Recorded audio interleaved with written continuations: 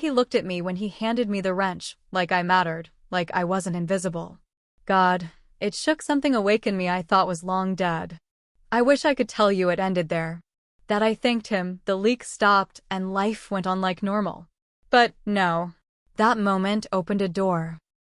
And neither of us was ready for what would come through it. What happened between us wasn't planned. But it was real. Too real. And it would change everything. Not just for me. Not just for him. But for the family we were barely holding together.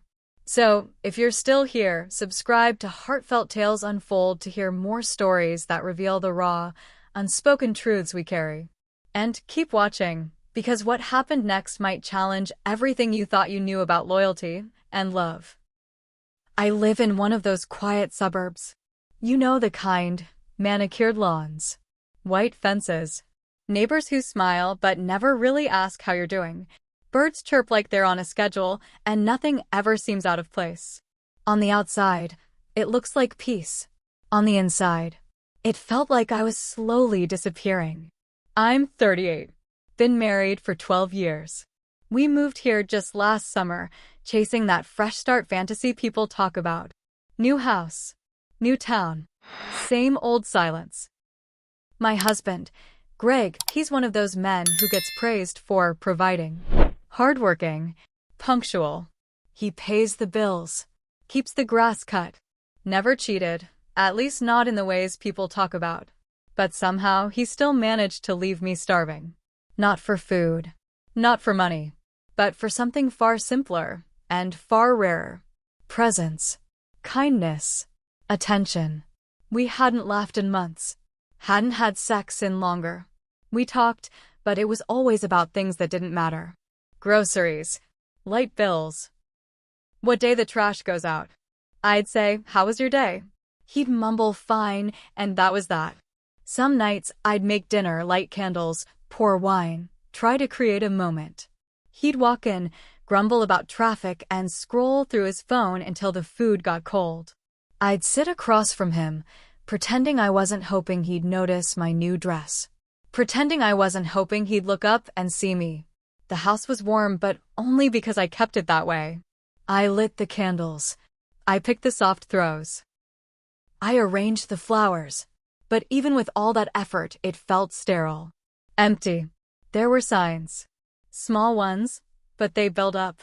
A cracked teacup I'd meant to glue but left on the counter for weeks. Plants I stopped watering because watching them die felt weirdly comforting. Dinner plates left untouched, still arranged perfectly, but cold. And then came him. Tyler. Greg's son from his first marriage. I never thought much of their relationship before. Greg didn't talk about him often. Said he was off, doing his own thing at college. Independent. Distant. Maybe too much like his father. But that summer, he came home. Said he needed a break from school. Family issues with his mom. Greg barely asked questions, just tossed him the spare key and said, "Make yourself comfortable." From the moment Tyler walked in, the atmosphere shifted. Not in a dramatic way, just a subtle change in energy. Like someone opened a window in a stuffy room. He was quiet, but present. Polite. Observant. Didn't speak much at first. But when he did, he looked you in the eye. There was something in the way he carried himself. Like he saw more than he said. And even though I tried to keep my distance, he noticed things. Like how I always cleaned up alone after dinner. How Greg never offered help. How I sighed without meaning to when no one was listening. He didn't say anything at first. Just watched. Listened. One evening, I caught him standing in the hallway, watching me fold laundry. He said, "You do everything around here, don't you?" I didn't know how to answer. So I just smiled and kept folding. But his words? They lingered. It wasn't just that he said it. It was the way he said it. Like he saw me. Like he really saw me. Over time, we started talking more. Nothing inappropriate. Just small conversations. Movies. Books. Music. And I'll admit, it felt good. To talk to someone who responded. To be in a room with someone who didn't treat me like wallpaper. I'd forgotten what that felt like. He'd sit at the kitchen island while I cooked. Ask me about my day. Tell me about school, his mom, his friends.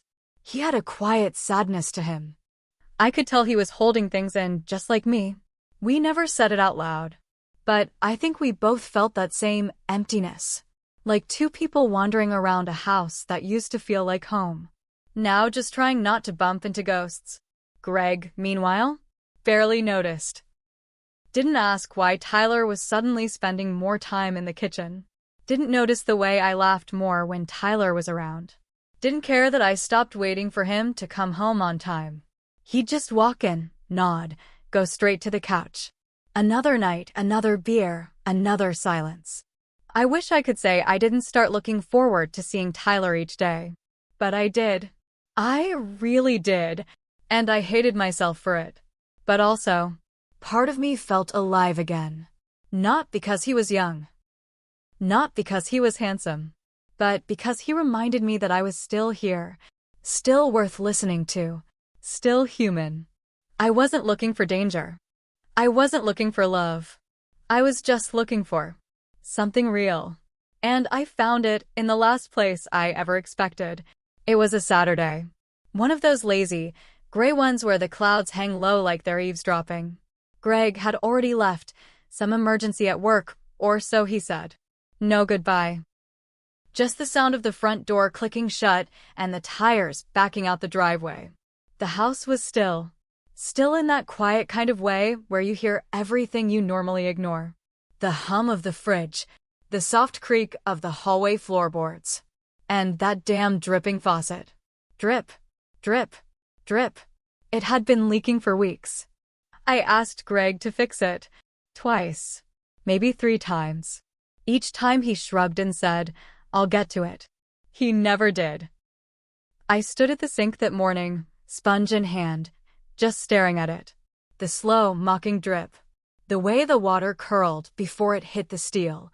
It was maddening. Somewhere between noise and silence. Then I heard footsteps. Tyler. He stepped into the kitchen, still half asleep, hair tousled, hoodie loose on his shoulders. He paused when he saw me, gave a soft, sleepy smile.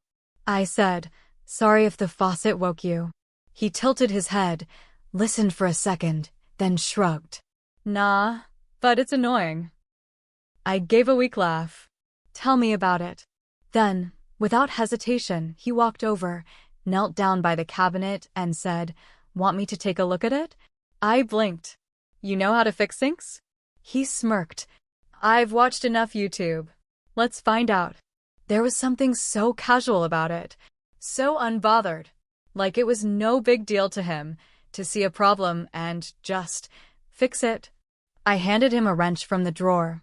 He reached up to take it, and our fingers touched. It was a small thing. Just skin brushing skin. But I felt it, not electricity, not desire. Just awareness. A jolt of I'm here, and so are you. He looked up briefly.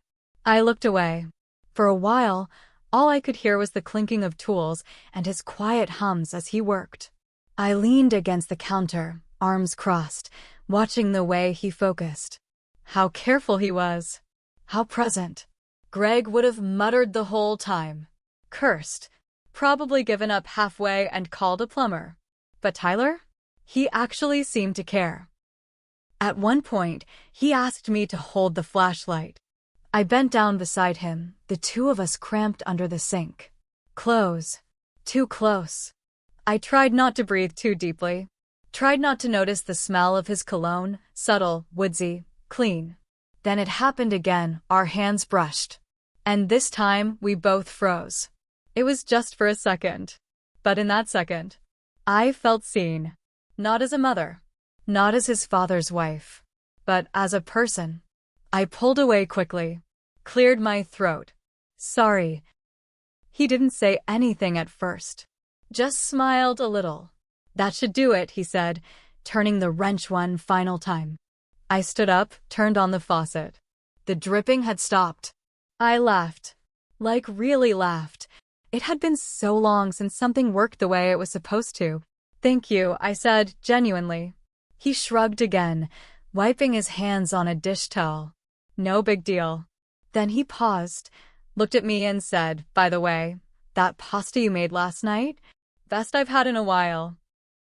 I just stood there, frozen. That simple sentence cracked something open in me, because Greg hadn't complimented my cooking in years. Or anything, really. It had become routine, expected, taken for granted. But those few words from Tyler? They landed deep, right where the ache was. After that, he lingered more. Not in a weird way. Just, he didn't rush to leave the room like before. He'd hang around the kitchen while I washed dishes. Ask me questions about old songs playing from my phone. Tell me stories from school. Make me laugh. And I found myself staying longer too, listening more closely, looking forward to the next time we crossed paths in the hallway. It still felt harmless. It wasn't romantic. It wasn't physical. But something had shifted. A door had opened. And even though neither of us had stepped through it yet, we both knew it was there. Some nights I'd catch myself thinking about our conversations, replaying them in my mind like reruns, wondering why they made me feel so light. Was it wrong? Maybe. But it was also the first time in months I didn't feel invisible. And that feeling? That's what planted the seed. I don't know when it started. That subtle shift in the air whenever he walked into a room. That flutter in my chest when I heard his footsteps coming down the stairs. That disappointment when they passed right by. I kept telling myself it was nothing. He was just easy to talk to. Just nice, kind, present. But still, I started noticing things I shouldn't. Like how I'd glance at the clock around the time he usually woke up just to time breakfast right. Or how I'd catch myself listening for his voice in the hallway, holding my breath until I heard it. And then, exhaling like it meant something. I tried to bury it, tried to fold it into the background of everyday life, the same way I'd fold laundry and stack dishes neatly, quietly, like nothing was out of place. But I knew what it meant when I started wearing lipstick to make eggs. When I traded my old, oversized t-shirts for fitted tops on weekend mornings. When I added a touch of perfume before coming downstairs, just in case. That wasn't for Greg. Hadn't been for years.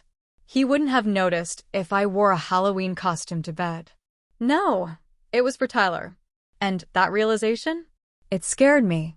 Not just because of what it meant, but because of how natural it felt. How easy it was to slide into that space where I felt like me again. Alive. Wanted, even if only in my own mind. I caught myself one afternoon, digging through old DVDs in the cabinet, pulling out a dusty copy of Good Will Hunting. Tyler had mentioned it in passing, said it was one of his favorites, that he always cried at the same scene. And I found myself watching it that night, alone on the couch. And when that scene came on, I cried too. Not because of the movie, but because in that moment, I realized how long it had been since someone shared something real with me. And the next morning, I brought it up casually.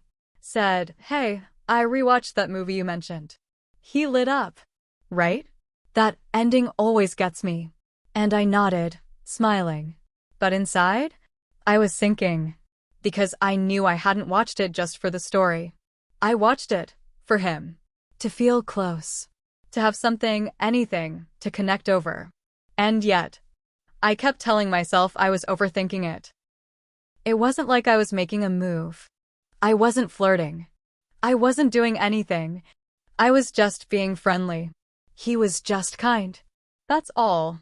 But then, I'd notice how my heart skipped when he complimented my cooking, how I leaned in a little closer when he talked, how I smiled longer when he laughed.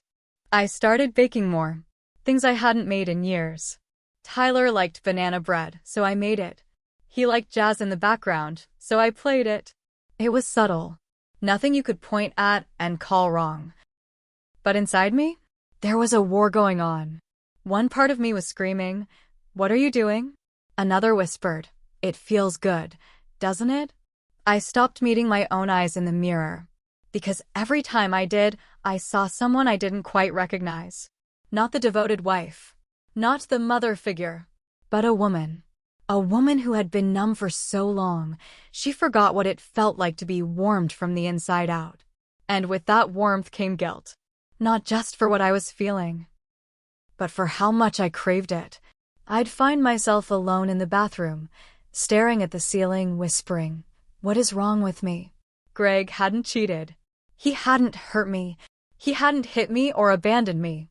But he hadn't loved me either. Not in the way I needed. Not in a long time. And I was starting to wonder if emotional neglect was its own kind of betrayal. I told myself Tyler was just a boy. 18. Still figuring life out. This was just my loneliness talking. My imagination. But then I'd remember the way he looked at me sometimes, with this softness, this quiet attention I hadn't felt in years. And suddenly, it didn't feel so one-sided.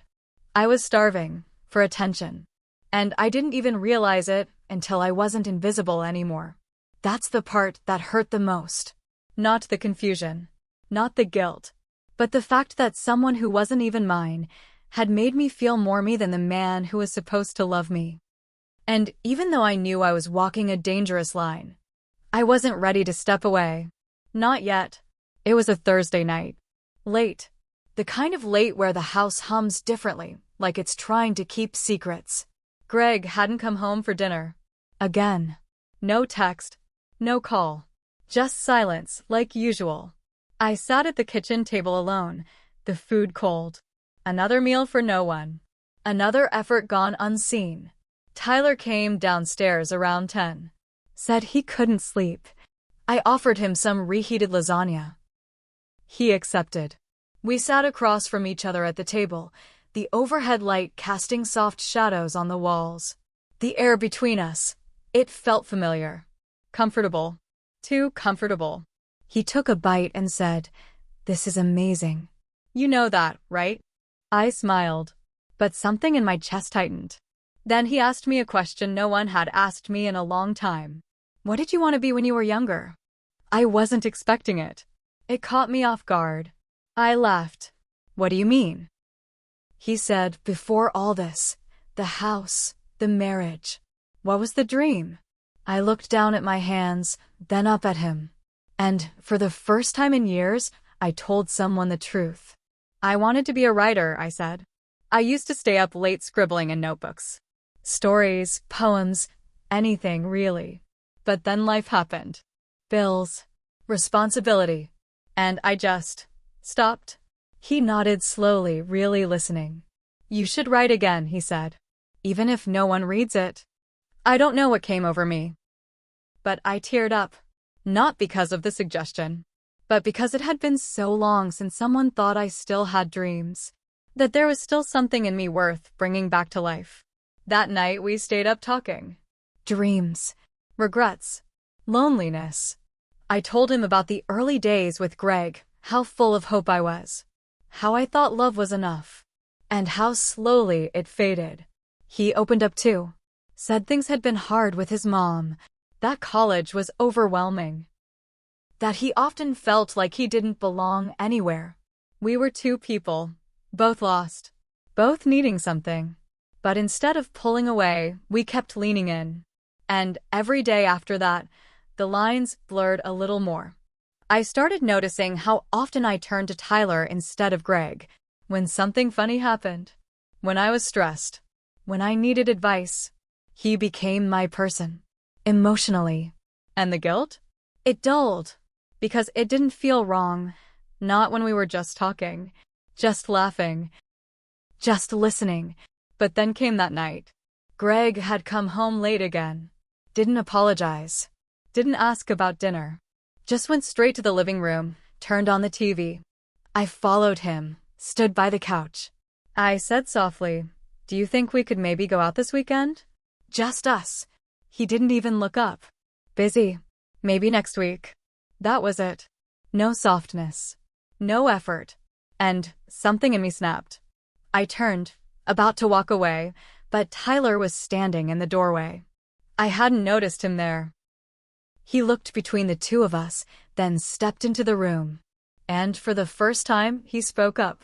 He looked at Greg and said, "She's been trying, Dad. She makes dinner. She waits up. She asks you things and you barely answer. You don't even see her anymore." Greg blinked, clearly caught off guard. Then he scoffed. "What is this, some kind of intervention?" But Tyler didn't back down. "She deserves better. That's all I'm saying." Then he walked past him and into the kitchen. I stood there frozen, heart pounding. Because those words, those weren't just a defense. They were a confession. Not of love, not of anything tangible, but of care. Real, emotional care. That night, after Greg went to bed, I found Tyler outside on the porch, hoodie pulled up, staring at the stars. I sat beside him. We didn't say much. Just sat. I could feel the weight of what had happened hanging in the air between us. He didn't apologize. And I didn't ask him to, because he was right. He saw me. He stood up for me. And something about that moment, it cracked the foundation. Greg and I were still technically married. Still in the same house. But after that, it felt like we were just roommates, playing parts in a play we no longer believed in. I started waking up earlier, just to make coffee for Tyler. He'd leave me sticky notes with little quotes or funny sketches. He noticed when I cut my hair. He remembered things I said in passing. He made me feel again. I began to lean on him more than I should have. Emotionally, I was already over the edge. Physically, I hadn't crossed the line, but I was right there. And every time he smiled at me, every time our eyes lingered too long, every time our fingers brushed by accident, that line blurred. I wasn't stupid. I knew where this could go.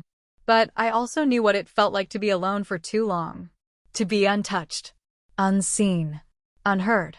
And so, that night, as I lay in bed beside a man who hadn't kissed me in months, while my heart raced over another man who lived down the hall, I made a decision.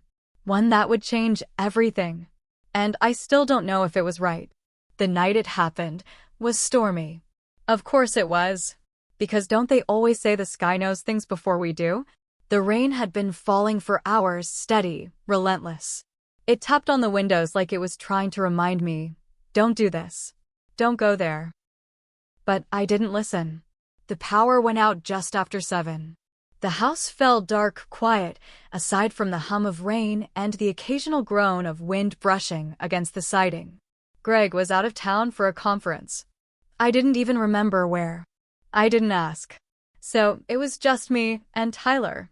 He came downstairs after the blackout, flashlight in hand, and said, "Well, guess it's dinner by candlelight." I laughed. Too quickly. Too nervously. I lit a few candles in the kitchen. The good ones I usually saved for guests. Set them in the center of the table. Pulled out leftovers and poured 2 glasses of wine, though I knew I shouldn't have. And then we sat. Just the two of us, surrounded by flickering light and shadows that danced on the walls like ghosts. It should have felt awkward. It didn't. It felt safe. Too safe. We talked. About nothing. And then about everything. He told me about growing up feeling like a visitor in his own home. How he always felt like a burden between 2 parents who never stopped fighting. How college was just another place to feel like a stranger. And I told him the truth. How I spent most days convincing myself I wasn't fading. How I stared at blank pages, wanting to write but feeling hollow. How I missed laughter. How I missed being wanted. I didn't mean to cry, but the tears came anyway. Quiet at first, like the rain outside. He reached across the table, not with desire, not with agenda. Just with comfort. His hand rested on mine. And I didn't pull away. Because in that moment, I just needed to feel like I mattered. He stood up. Came to my side. Knelt beside me like I was something sacred, broken, but still worth holding. He wrapped his arms around me. Soft. Careful. Not tight, but full. And I collapsed into him. My face buried into his shoulder. tears soaking into the fabric of his hoodie. His hand gently stroking my back like he knew I had been holding this in for years. I don't know how long we stayed like that. It felt like forever and no time at all. But I remember the warmth, the steady sound of his heartbeat, the way his breath caught when I looked up. And then it happened. A kiss.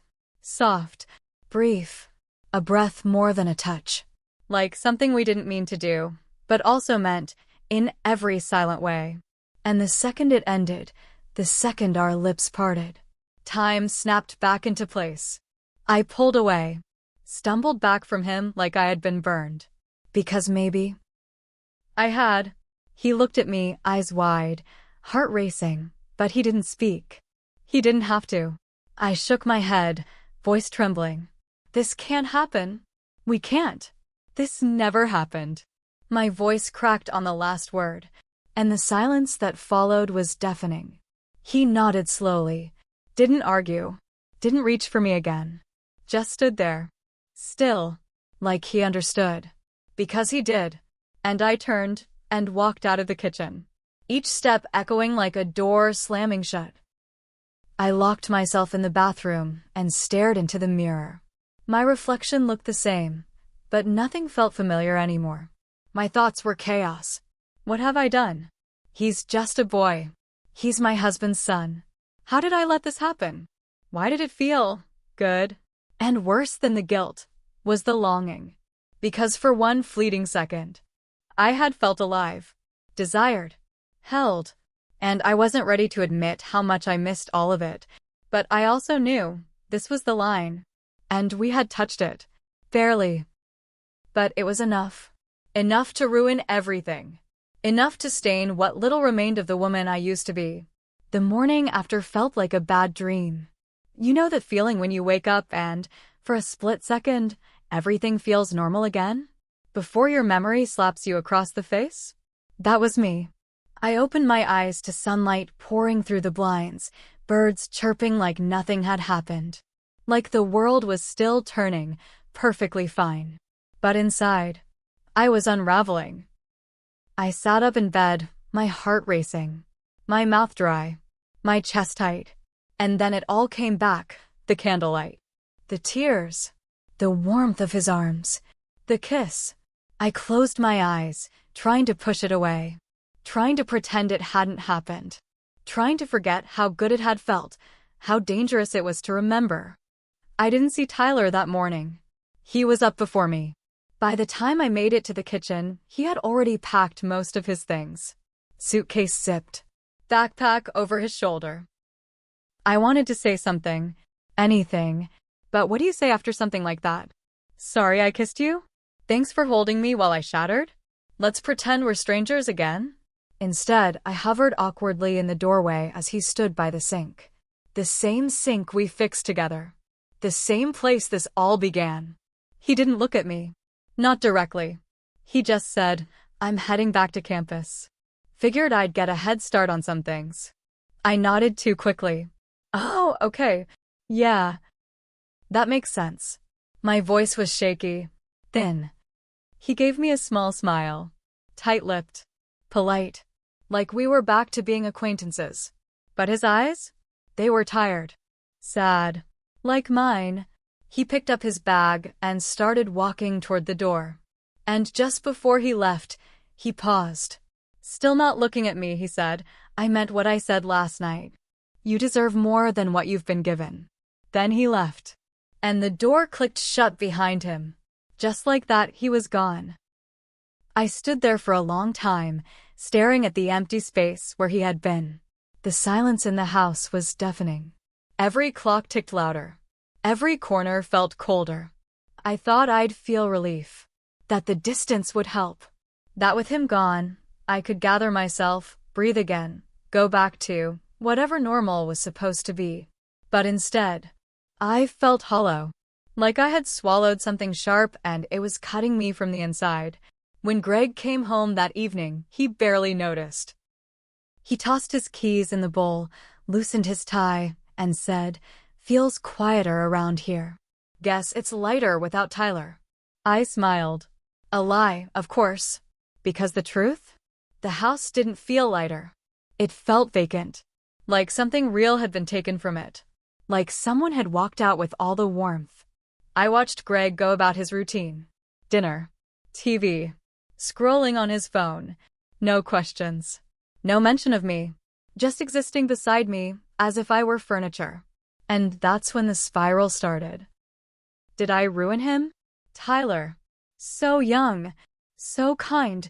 Did I plant something in him he didn't know how to carry? Did I cross a line he'll never unsee? Did I damage something in him that wasn't mine to touch? And then the other question, the one that kept circling back like a storm cloud that wouldn't leave. Did I ruin myself? Because something about that moment, about us, had torn a hole in the version of me I used to be. I couldn't go back to her.